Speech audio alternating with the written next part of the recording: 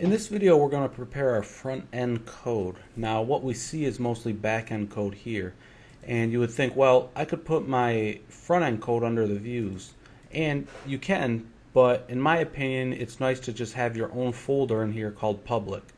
So I'm going to create a new folder called public. This is my way of doing it, and I've seen a couple other people do it this way. It's not exactly the perfect way, but if you decide to change it, you can. So new folder, and we're always going to have images, so I like to make an IMG folder. We'll have JS, so that's a JavaScript folder, and we always have a new folder for CSS, and those are common things. So what we're going to do first is in JavaScript create a new JavaScript file, and I'm going to call this jQuery. I don't like to attach the version number on it because it's in the code when you get it minified anyways. And let's go to jQuery.com, and you just got to download this bad boy. And I always get the compressed one, compressed for production. I'll just select all this, copy, select all, and paste.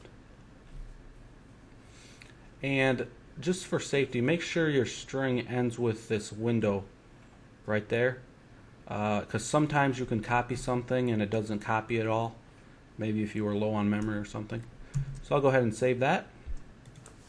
Our next thing we'll do is get Twitter Bootstrap, close that guy out, and just twitter.github.com/bootstrap, or you could just look for Google for Twitter Bootstrap, and I'll download Bootstrap. So I'll go ahead and open the zip file, and we're only going to get stuff we need. So I'll open up my Explorer and go to my Junior Dash public, and let's see what we got inside Bootstrap. Well, they arranged the folders exactly like we did. So JS, CSS, okay. So I can just take all these and copy them in here. And I suppose it worked. Okay. Okay. And I'll close that guy out. So, just make sure we have everything. Okay. Next, what we're going to do is make a view to include our goodies that we want. And this view will generally be used in every page, kind of like an include. So in the application, go to Views, and I'm going to create a new folder under Views.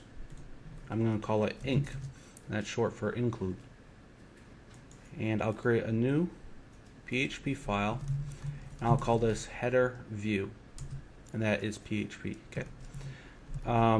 One thing to note is that you're not required to put the underscore view here. I do it because I found that if I have a controller name view and a view name view up in this top bar with multiple files open, it's hard to differentiate what's what. We're going to write a doc type, HTML, and that's the HTML5 doc type. And we'll start with HTML. Lang is EN for English. If you're not English, you can use any language you like. And we'll have our head. And we'll have our body. Okay. And I realize this is the header. We'll separate this into a footer as well shortly. And I'll just throw in a title tag and call it test. And let's include the files we need. The first one is going to be Bootstrap min CSS. So I'll say link href equals base URI, and this is built into CodeIgniter. We might actually have to load our URLs, but we'll get to that later.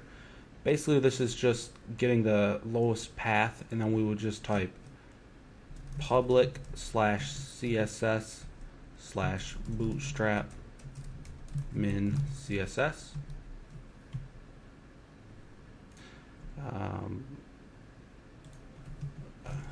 I forgot to add in rel equals style sheet there. Okay. What we're also going to do is make a style.css, so new CSS file and call it just style. What we're going to do with style is it's going to override Bootstrap settings if we choose to customize it. And we always include that after Bootstrap. So let me close this. This is part of NetBeans. It's a style helper. I don't particularly use it, but it is pretty nice. And I'll just put a comment in here. This will be kind of like our custom stuff. And in NetBeans, I can just hold Control Shift and press down. Oops, I pressed up and down. And it'll duplicate the line. So we'll just change this to style.css. Next, let's include our JavaScript. So script src equals base URI public JS bootstrap.js. And JavaScript tags are not self-closing, unfortunately. I'll duplicate that line once more, and I'm going to include jQuery right above it, like that. Okay. And then I'm also going to create a footer, and that's where we'll copy this guy here, cut, new PHP file. I'll call this footer view. And just so that it feels more like a footer, sometimes I like to add the tags in there, even though we're not ready for them yet. And I'll just say, and copy 2000, whoops, date Y.